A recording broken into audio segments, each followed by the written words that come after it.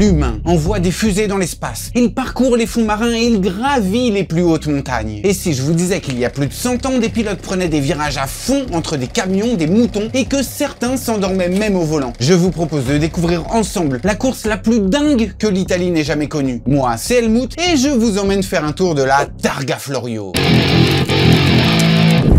Tout commence avec un type, Vincenzo Florio. Vincenzo, c'est un aristocrate sicilien passionné de bagnole qui s'est réveillé un beau matin en se disant « Ma, comme j'ai plein de thunes, si j'organisais une course automobile qui ferait le tour de la Sicile. Les trophées pour les vainqueurs, ce sera pas une coupe, ce sera une plaque en or. Et comme c'est moi que je l'invente et l'organise, ce sera la plaque à mon nom. En italien, Targa Florio, la plaque de Florio. » Oui, c'est pas trop embêté. Vincenzo est né en 1883 avec une cuillère en or dans la bouche. Sa famille est vraiment très friquée. S'il a voulu organiser cette course de malade, c'est pour mettre en valeur les routes pittoresques et les paysages époustouflants de sa Sicile natale. Et c'est vrai que c'est sacrément beau la Sicile. En plus, c'est le premier habitant de la Sicile à être motorisé. Et v'là la tronche de l'engin. Florio veut que la Targa devienne une vitrine pour l'automobile italienne naissante. Et il a investi une partie considérable de sa fortune personnelle pour organiser la course et attirer les meilleurs pilotes et constructeurs de l'époque. La première édition de la Targa Florio s'est déroulée le 6 mai 1906. Il fallait faire 3 tours du circuit Grande Madoni de 148 km, soit environ 450 bornes en tout. Parmi les 22 inscrits, seulement 10 ont réussi à prendre le départ, et seulement 7 voitures sont allées au bout. Et pour cette première course en Italie, la course a été remportée par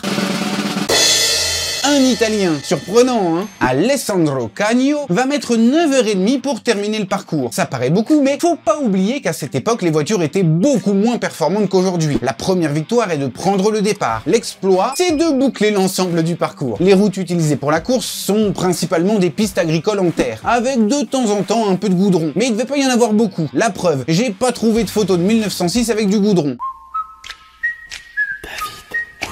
La reconnaissance du tracé se faisait au milieu du trafic. Oui, avec monsieur et madame tout le monde derrière son volant. Pour arriver à faire un temps, il faut vraiment connaître par cœur toutes les bosses, tous les revêtements, tous les freinages, toutes les courbes, les lignes. Enfin, c'est vraiment un travail très lent.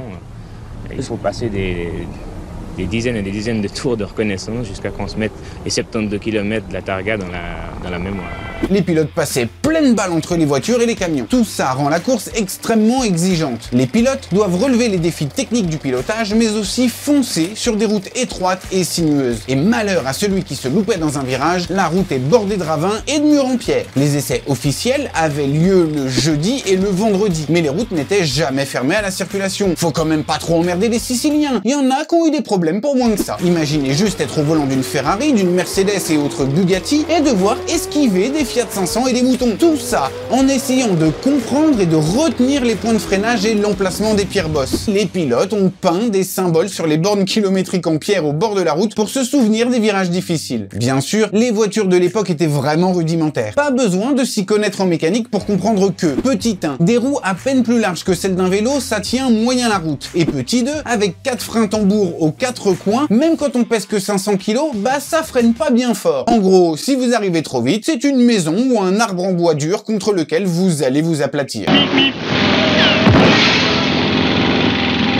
Et ça faisait que chaque virage était une aventure périlleuse. Les pilotes ne peuvent compter que sur leur courage pour négocier les virages serrés et les descentes violentes avec quasiment pas de frein. Bah oui, parce qu'au début du XXe siècle, l'ABS et la direction assistée, ça n'existe pas. Et puis, quelle idée de faire ça au mois de mai. En Sicile, c'est déjà quasi l'été. Les conditions de course étaient extrêmement difficiles, avec des températures élevées et des routes super poussiéreuses, puisque, je le rappelle, il n'y a presque pas de goudron au début de la Targa. Les premières éditions de la Targa Florio étaient donc pleines de défis. Et les victoires était mitigée. En 1908, seuls 16 concurrents participent, c'est toujours 6 de plus que 2 ans plus tôt. En 1909, Vincenzo Florio, le créateur de la course, participe à sa propre course et termine 2e, et de pas beaucoup. En 1912, un jeune anglais, Cyril Snipe, prend le départ de la course. Alors lui est pas mal. C'est parti pour plus de 24 heures de course et pas loin de 1000 km. Au volant de sa Scat numéro 24, l'anglais prend la tête de la course et donne tout ce qu'il a. Et à l'époque, les pilotes n'étaient pas seuls dans la voiture. Il valait mieux avoir un mécano à côté de soi en cas de pépin. C'est le rôle de l'italien Pedrini dans cette histoire. Et Et heureusement que Snipe n'est pas seul. Écrasé par la chaleur et la fatigue, les deux hommes sont à bout de force. Soudain, l'As4 commence à perdre en vitesse. Pedrini tourne la tête, Cyril Snipe s'est endormi au volant. Finalement, les deux hommes repartent et franchissent la ligne d'arrivée en tête. Heureusement qu'ils avaient de l'avance. 1912, c'est donc la première année où ce n'est pas un Italien qui gagne. Enfin, c'est un Anglais avec un copilote italien. Ça fait toujours 2 fois moins d'Italiens. Avec ce genre d'aventure, la Targa Florio commence à faire sérieusement parler d'elle. Le parcours de la Targa Florio évolue avec le temps. En 1913, la course est divisée en 2 étapes pour tenir compte des limites physiques des pilotes, dédicace aux dormeurs. Les routes siciliennes sont un défi technique, mais aussi un test d'endurance pour les pilotes. Les voitures doivent être préparées pour résister aux chocs et aux vibrations constantes. Et pendant ce temps-là, les pilotes devaient rester concentrés pendant des heures, souvent sans faire de pause. Les arrêts au stand étaient rares et fallait être rapide pour ne pas perdre de temps précieux. Les équipes de mécaniciens travaillent sans relâche pour maintenir les voitures en état de marche, remplacement des pneus, des suspensions et des freins, et bien sûr, remettre du coco dans le réservoir. Après la Première Guerre mondiale, la Targa Florio ne reprend qu'en 1919. Et cette année-là, cocorico, c'est André Boillot qui gagne la course. Le Français gagne en Peugeot malgré plusieurs sorties de route. D'une année à l'autre, le tracé de la course est modifié. Les organisateurs laissent tomber les routes les moins praticables et la course accueille aussi une épreuve réservée aux motos. En 1920, un grand nom de l'automobile participe à son tour, un certain Enzo Ferrari. J'imagine que ça vous dit quelque chose. Et le créateur de la célèbre marque au cheval cabré va terminer 2e. Et oui, Enzo Ferrari a commencé sa carrière en tant que pilote et a participé à plusieurs éditions de la Targa Florio. Sa participation a contribué à sa réputation de pilote talentueux, mais a également jeté les bases de sa future carrière en tant que constructeur. Enzo est en train de remplir son CV. Comme il a toujours été passionné par la course automobile, il participe à la Targa Florio pour tester ses compétences et se mesurer aux meilleurs pilotes de l'époque. Mais à ce moment-là, il roule en Alfa Romeo, Ferrari ne sera créé qu'en 1947. Dans la première moitié des années 20, Alfa Romeo fait face à un constructeur qui n'est pas là pour épiler les kiwis. Mercedes. Aucun des 2 constructeurs n'a encore gagné la course. Alfa allait dans longue, le constructeur est chez lui en Italie. Et Mercedes allait dans longue aussi, parce qu'en cas de victoire, ce serait le premier constructeur allemand à gagner la Targa. En 1922, c'est Mercedes qui gagne une première fois le duel. Le constructeur allemand est prêt pour la bataille. Cette année-là, c'est la première fois de l'histoire de l'automobile qu'un constructeur ajoute un compresseur sur un moteur. Pour faire simple, grâce au compresseur, l'air rentre plus vite dans le moteur. En ajoutant la bonne quantité d'essence, paf, les Mercos se retrouvent bien plus performantes que les autres caisses. Et c'est donc l'italien Giulio Mazzetti qui gagne au volant d'une Mercedes Grand Prix 1914. Le pauvre Mazzetti se tuera dans un accident sur la Targa 4 ans plus tard. On continue la bataille Alfa-Merco. Ugo Sivocci gagne en 1923 avec une Alfa Romeo RLS de 3,2 litres. Un partout, balle au centre. 1924, la Mercedes Tipo Indy 2000 pilotée par Christian Werner gagne à nouveau. 2-1 pour Merco. Et Alfa n'égalisera pas tout de suite. Non, non, non. Un constructeur français va venir jouer les troubles faits. Est-ce que c'est Peugeot? Non. Citroën? Non plus. Renault? Non plus, non plus. Bon alors c'est qui? Eh bien de 1925 à 1929, ce sont les Bugatti qui vont dominer la Targa Florio. 5 victoires d'affilée. Et oui, Bugatti c'est français à la base. Là aussi, il y aurait bien une vidéo à faire sur l'histoire de Bugatti. Mais revenons-en à la Targa Florio. 1925, 1926, 1927, c'est pour Bugatti.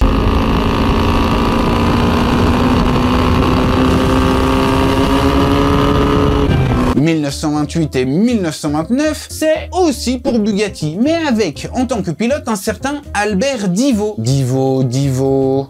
Ça me dit quelque chose, ça, Bugatti Divo? Eh oui, le pilote français a donné son nom à un modèle de Bugatti des années plus tard, la Bugatti Divo. Les Bugatti étaient idéales pour cette course épuisante grâce à leur bonne tenue de route et leur excellente direction. Et en 1928, le mouvement MeToo commence avant l'heure. Bugatti remporte la course, mais il y a aussi 2 participantes surprises sur la grille. C'est la première fois que 2 femmes se lancent à l'assaut de la Targa Florio. La Tchèque Elisabeth Junek et la comtesse Margot Denzel... Oh putain, ça va être chiant à dire. Et la comtesse Margot Deinzidel, j'imagine que c'est comme ça que ça se dit, sont toutes 2 au volant d'une Bugatti T35B. Elisabeth Junek parvient à tenir la dragée haute à des pilotes de renom comme Louis Chiron et Tadzio Nuvolari pendant une grande partie de la course. Chiron Chiron comme la Bugatti, Louis Chiron a aussi donné son nom à une Bugatti. Et en plus de leur excellente tenue de route, les voitures du constructeur alsacien sont rapides et plutôt fiables. Elles pouvaient maintenir des vitesses élevées sur les routes sinueuses de la Sicile pendant des heures. À l'époque, les deux femmes pilotes sont également connues pour leur habileté et leur courage, négociant les virages serrés et les descentes super raides avec une précision impressionnante. Mais ça ne suffira pas. En 1927, Elisabeth Junek se place en 4e position, mais un problème de direction pendant la course l'empêche de tourner. Elle doit abandonner. Et en 1928, elle se retrouve en première place pendant une bonne partie de la course, mais des problèmes mécaniques vont la ralentir. Elle terminera finalement 5e, ce qui est pas si mal. En plus, au début des courses automobiles, eh ben c'est pas si mal vu que ça, que d'être une femme pilote. Malgré tout, aucune femme n'a jamais réussi à gagner la Targa. Mais revenons à nos troupeaux de moutons. 5 victoires d'affilée pour Bugatti donc. Bugatti devient un des constructeurs les plus respectés de l'époque, surtout pour produire des voitures de course. À partir des années 30, la Targa Florio commence à perdre en notoriété. La course a été plusieurs fois modifiée ou déplacée. Faire le tour de la Sicile, c'était une idée dingue. Pourquoi avoir changé ça ? Les changements du début des années 30 font donc perdre le côté amazing de la course. Et puis, Alfa Romeo va aussi tuer le game. Entre 1925 et 1929, Bugatti rafle toutes les victoires. Entre 1930 et 1935, c'est au tour d'Alfa. Et quand c'est toujours les mêmes qui gagnent, il y a comme une sorte de lassitude. Après les succès de Bugatti et Alfa, c'est au tour de Maserati d'être sur le devant de la scène. Maserati gagne donc la Targa entre 1937 et 1940. Et puis, la Seconde Guerre mondiale est arrivée. Le créateur de la course, Vincenzo Florio, est fait prisonnier par le régime de demi-moustache. Heureusement pour lui, il sera libéré à la fin de la guerre. Ce n'est qu'en 1948 que la compétition reprend en Sicile. Les constructeurs investissent massivement dans la course pour montrer la supériorité de leur véhicule et attirer l'attention internationale. Les pilotes étaient considérés comme des héros et leurs exploits étaient racontés dans les journaux. Et un certain Enzo Ferrari vient de créer sa propre marque de voiture. 1948 et 1949, c'est donc Ferrari qui met le paquet et remporte ses 2 premières plaques en or avec Clemente Biondetti au volant d'une Ferrari 166. À partir de là, les organisateurs ne gardent que les plus belles routes. Mieux encore, la course est une bonne raison de réparer et refaire les routes. C'est tout bénef pour les Siciliens. En 1955, Mercedes va mettre d'énormes moyens pour gagner une nouvelle fois. 8 voitures d'essai, 45 mécaniciens et 2 pilotes. Stirling Moss termine à la première place et redore le blason de la marque à l'étoile. Faut dire que l'image des constructeurs allemands après la Deuxième Guerre mondiale, vous vous doutez bien que c'est pas folichon. Ce sera la dernière victoire du constructeur allemand sur la Targa, on le verra plus tard, c'est Porsche qui prendra le relais. Tiens, et d'ailleurs, question comme ça pour savoir, vous préférez Mercedes ou Porsche? Je compte sur vous pour argumenter, dites-moi ça dans les commentaires. La Targa Florio a depuis le début un rôle crucial dans le développement des technologies automobiles. Les constructeurs testent les systèmes de freinage, les suspensions et les moteurs sur la Targa. C'est un super terrain de jeu, ils le font toujours aujourd'hui bien sûr, mais sur d'autres circuits, comme le Nürburgring par exemple. Et d'ailleurs, je me permets, je vous mets le lien de la vidéo sur le Nürburgring en description. Les leçons apprises sur les routes exigeantes de la Sicile ont souvent été intégrées dans les modèles de production. On améliore la sécurité et les performances des voitures de série. Les ingénieurs et les mécaniciens travaillent sans relâche pour fiabiliser les voitures. Ils expérimentent de nouveaux matériaux comme l'aluminium et le carbone et imaginent des concepts très innovants. Avant de passer aux années 60, revenons-en au présent quelques instants. Préparez-vous à prendre le départ de la course la plus courte de l'histoire, le Grand Prix de Labo. Parce que c'est pire que la Targa Florio et ses participants qui doivent abandonner. Là, c'est 96% d'entre vous qui regardez mes vidéos mais qui ne sont pas abonnés à la chaîne. Alors, préparez-vous à cliquer sur le bouton s'abonner quand le feu passera au vert. Attention, ça y est, c'est fait. Bien joué. Allez, retour en Sicile. Les années 60 et 70 ont été dominées par Porsche et Ferrari, mais l'épreuve continue de faire des morts. Il y a encore beaucoup de taf pour améliorer la sécurité. On ne peut pas équiper les routes siciliennes avec des rails et des vibreurs partout. Par exemple, en 1971, la Porsche 908 de Brian Redman s'est écrasée et a pris feu. Il a fallu 45 minutes aux ambulanciers et pompiers pour retrouver le pilote, qui avait roulé en bas d'une colline pour éteindre sa combinaison en feu et souffrait de brûlures au second degré, mais toujours en vie. En 73, la Targa Florio cesse de faire partie des compétitions officielles. Les 72 km du circuit n'ont alors plus grand chose à voir avec les 2000 virages des débuts. L'épreuve est mise à la retraite pour des raisons de sécurité évidentes. La course sera encore organisée jusqu'en 77. De toute manière, sur les 20 dernières années, c'est quasi toujours Porsche ou Ferrari qui gagnent, alors est-ce qu'il y a vraiment un intérêt ?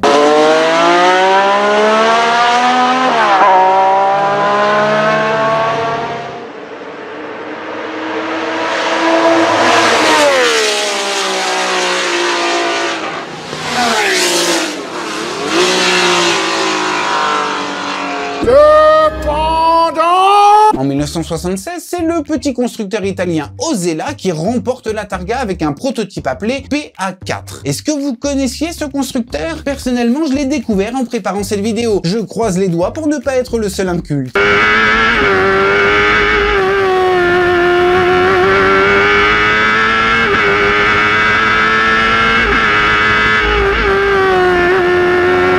La Targa Florio aura été un tremplin pour de nombreux pilotes. Leurs exploits ont inspiré des générations et continuent d'être célébrés par les passionnés de course. Les pilotes devaient non seulement être habiles, mais aussi fins stratèges. Fallait les planifier les arrêts au stand pour ne pas se retrouver en panne au beau milieu de nulle part. La Targa Florio a aussi eu un impact culturel significatif en Sicile. La course a attiré des visiteurs du monde entier depuis ses débuts. Bien sûr, ça a fait du bien à l'économie de la Sicile et tout le monde a pu profiter de la beauté naturelle de l'île. L'objectif de départ de Vincenzo Florio est donc atteint. Les routes utilisées pour la course sont devenues des attractions touristiques. Toute l'année, des passionnés de sport automobile partent revivre l'histoire de la course la plus vieille d'Italie. Les villages et les villes le long du parcours ont toujours préparé l'événement. Décoration dans les rues et accueil chaleureux des spectateurs venus donc du monde entier. Un peu comme le Tour de France mais en version voiture. Et encore aujourd'hui, des événements commémoratifs et des rallyes sont organisés chaque année pour rendre hommage à la Targa Florio.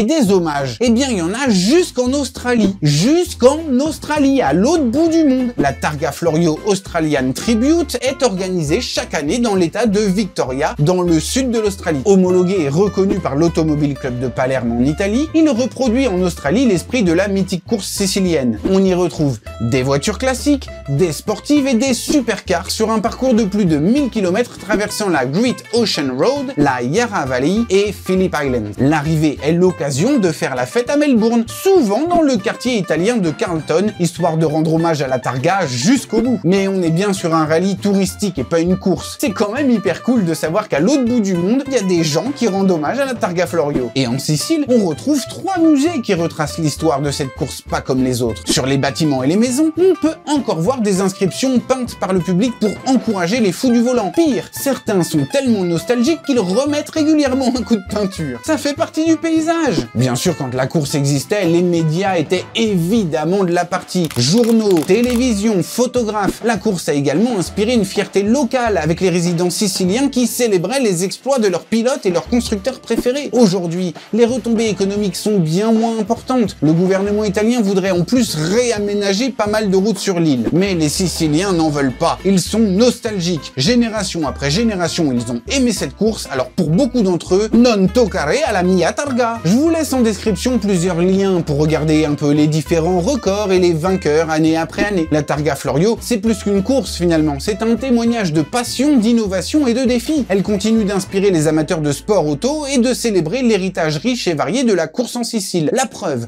aujourd'hui encore, le circuit est recréé dans certains jeux vidéo, comme ici, Assetto Corsa. Et je peux vous dire que rien que la version à laquelle je joue est suffisamment exigeante pour se planter plusieurs fois quand on veut y aller vraiment très fort. La Targa Florio restera à jamais gravée dans l'histoire du sport automobile comme une course légendaire qui a captivé les passionnés de sport automobile pendant un demi-siècle et on lui rend encore hommage aujourd'hui, 120 ans après. Merci à tous d'avoir suivi cette vidéo jusqu'au bout. J'espère ne pas trop vous avoir donné envie d'aller en Sicile en voiture de sport. Ou sinon, on s'organise en commentaire et on va tous se faire un tour de Sicile l'été prochain. Va falloir un très gros ferry. N'oubliez pas d'activer la cloche de notification pour ne pas manquer les vidéos à venir. Et n'oubliez pas non plus de vous abonner. Ah, et aussi, si vous connaissez un circuit oublié et que vous voulez que j'en fasse une vidéo, lâchez-vous dans les commentaires. Bah, merci d'avance la copinade. Je compte sur vous. À plus. Ah non, ciao.